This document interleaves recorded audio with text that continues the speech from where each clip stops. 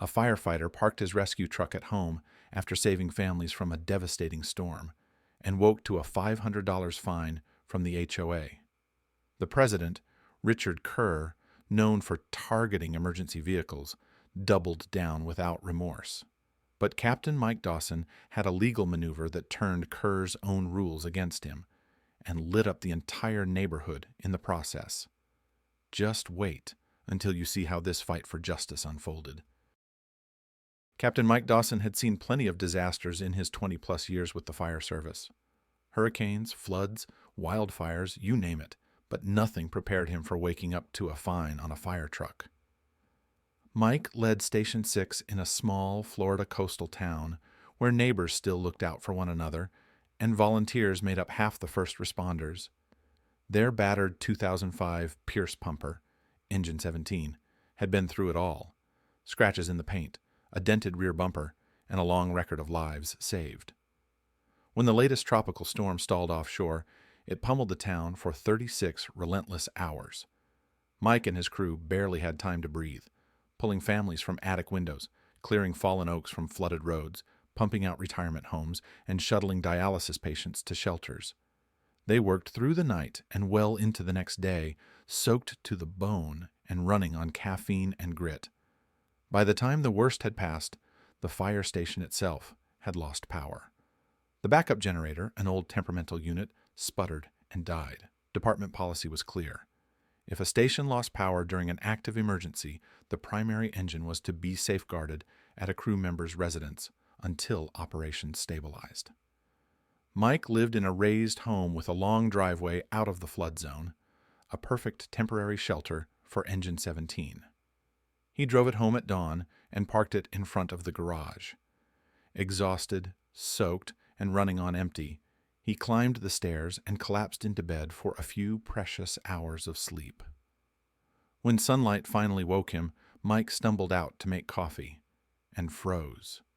There, under the blazing Florida sun, a bright orange paper flapped on the windshield of Engine 17. Improper commercial vehicle storage, $500 fine, must be removed immediately. Mike rubbed his eyes, sure he was seeing things. The street still had puddles 3 inches deep. Sandbags leaned against doorways. His neighbors' homes bore the mud-streaked marks of the storm. And there stood a fire engine, clearly marked fire and rescue, still streaked with storm debris, parked not out of neglect, but out of necessity. His gut told him who had done it even before he checked the signature: Richard Kerr, HOA president. A retired insurance executive who often called the firehouse equipment an eyesore. More than once, Kerr had tried to pass new HOA rules to limit commercial and government vehicles in the neighborhood, even emergency ones. Mike stared at the violation notice, pulse rising. This can't be real, he thought, not after what we just did for this community. With shaking hands, he dialed Kerr's number. The man picked up on the second ring. "Good morning, Mr. Dawson," Kerr said smoothly. "How can I help you?" Mike kept his tone even. "Richard, I'm looking at a $500 fine you signed for parking our rescue truck. We're still on emergency operations. The station lost power. We followed county protocol." There was a pause. Then Kerr's voice came through, cool as ever. "It's against our bylaws, Mr. Dawson. Emergency or not, we must preserve the community aesthetic." Mike felt his jaw clench. He wanted to shout, but years of command experience held him in check. "Understood," he said tightly. He ended the call, his heart thudding. A man who had hidden indoors while firefighters braved floodwaters was now finding their truck in the middle of an ongoing disaster response. As Mike stood there staring at the orange slip flapping in the breeze, one thought settled cold and hard in his mind. This was not over. News traveled fast at Station 6. By the time Captain Mike Dawson returned to the firehouse that afternoon, the violation notice had already made the rounds. He found his crew gathered in the kitchen, worn from the storm, but wide awake now, with adrenaline fueled not by emergency calls, but by outrage. Paramedic Laura Bishop paced near the coffee machine. When Mike walked in, she turned, eyes blazing. "He fined a rescue truck? We pulled 3 families from the flood last night," she snapped, slamming her mug onto the counter. Engineer Tom O'Neill shook his head grimly. "I told you, Kerr always hated us, said we lowered home values with that unsightly engine." Mike exhaled slowly. "I already called him. He was smug about it." A tense silence followed. Everyone in the room knew Richard Kerr. The man had fought the department at every turn, opposing training drills in the neighborhood, lobbying to restrict emergency vehicle parking, and once even trying to block siren tests. But finding the truck now, after a declared state of emergency, after they'd risked their lives for neighbors, that crossed a line no one could ignore. Mike, a man known for patience and level-headed command, weighed his next move carefully. "We'll start by giving him a way out," he said at last.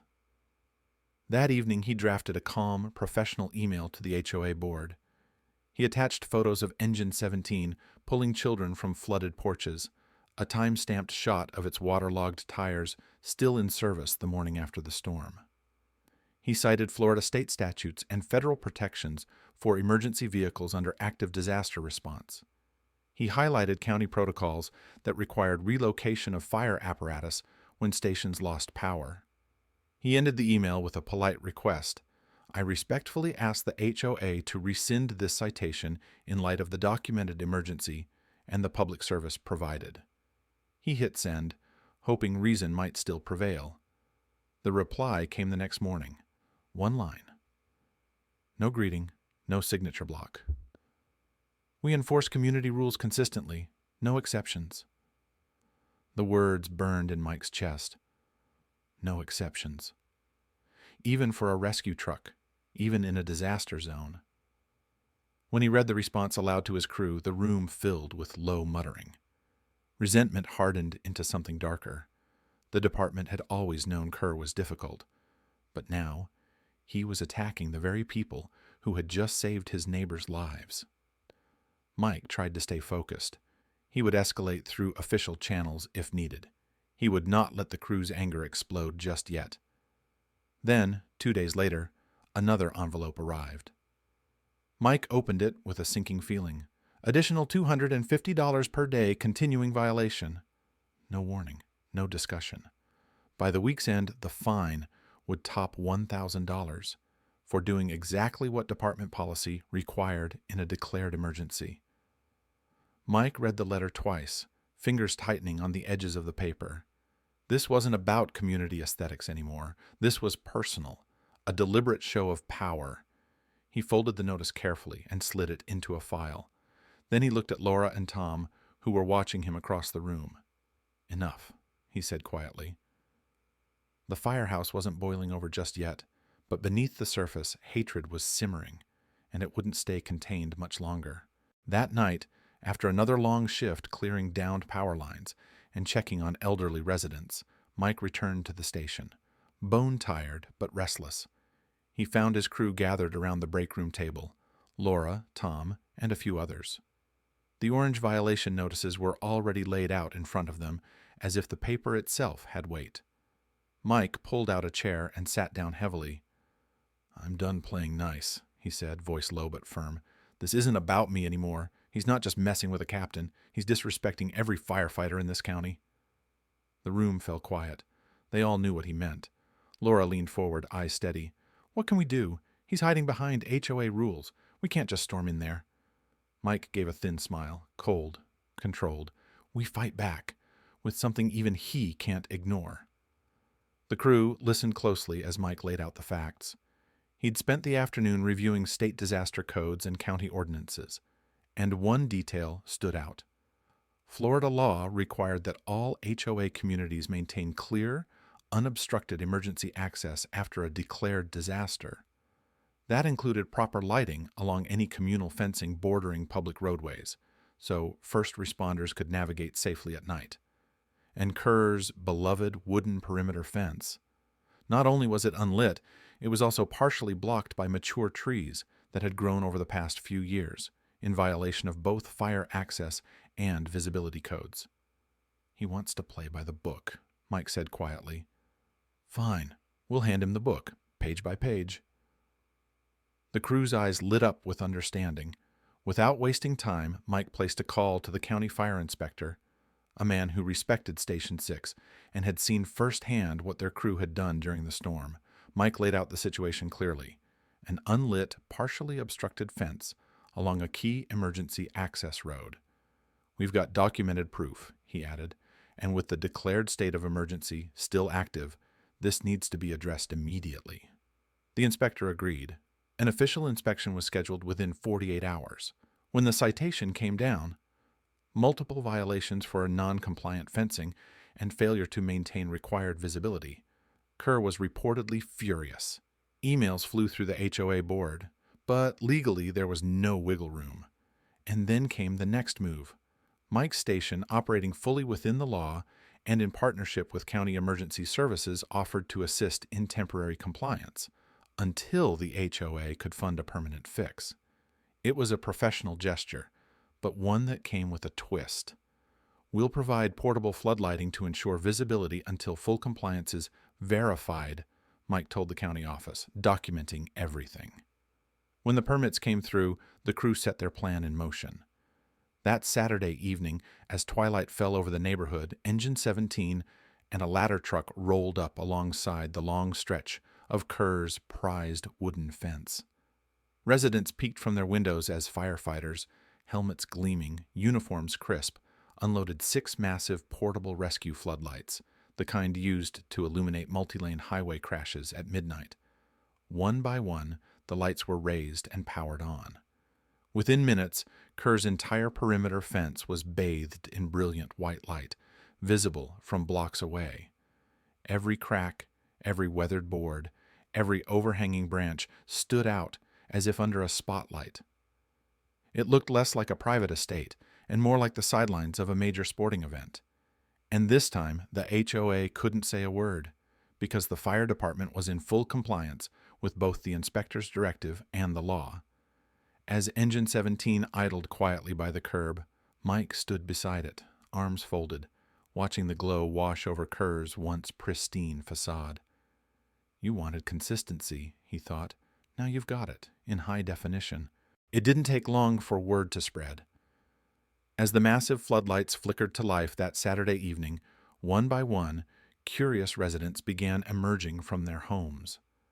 Porch lights clicked on, front doors swung open, neighbors gathered in small groups along the sidewalk, drawn to the surreal sight just beyond their driveways. Kerr's once pristine wooden privacy fence, the pride of the HOA, carefully maintained for years, now glowed under the glare of 6 industrial rescue lights. Every knot and nail stood out in stark relief. The surrounding trees, once cloaked in shadow, looked as though a movie set had been staged in the middle of the neighborhood. And Kerr's carefully sculpted landscaping, bathed in 50,000 lumens of harsh white light, bright enough to make sunglasses advisable, even at night.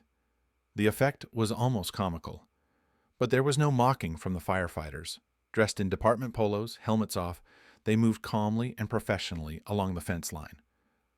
Laura and Tom handed out county fire safety leaflets to the gathering crowd. Each flyer explained the state law requiring clear emergency access and perimeter lighting after disasters, and how these measures protected residents. "We're just ensuring compliance," Laura said warmly to one neighbor who shook her head in disbelief. It didn't take long for the scene to attract wider attention. A local CBS affiliate van rolled up before midnight. The reporter wasted no time. Lights, cameras, and soon, a headline that would ripple far beyond the neighborhood. "Firefighters illuminate HOA fence after President finds rescue truck." By morning, footage of the flood-lit fence and the smiling Station 6 crew was all over social media. But what truly fueled public outrage was the juxtaposed footage. Clips of Engine 17 rescuing stranded families from the storm just days earlier, paired with the absurd reality of the subsequent HOA fine. Neighbors posted comments. Out-of-town viewers shared the story nationwide. By Monday, the pressure was impossible to ignore. Calls poured into the HOA office. Residents demanded answers. The county commissioner issued a pointed public statement praising Station 6 and reminding all local HOAs of their duty to support, not obstruct, emergency responders. Faced with growing legal and public heat, and a very public stain on their reputation, the HOA board met in emergency session. That afternoon, an official letter arrived at Station 6. The fines were rescinded in full. No further action required. But the fence? The fence stayed lit. As per county order, the portable floodlights remained in place for 2 more weeks, ensuring full compliance was achieved, on Kerr's dime. Residents continued to chuckle as they passed each evening, some pausing to take photos beneath the glow. For Station 6, it wasn't about gloating. It was about setting a clear message: you don't punish those who protect your community. One quiet evening, after the lights were finally removed, Mike walked back into the station. He found Laura waiting near the kitchen table, a small, gift-wrapped box in her hands. "For you, Cap," she said with a grin. Mike opened it and laughed.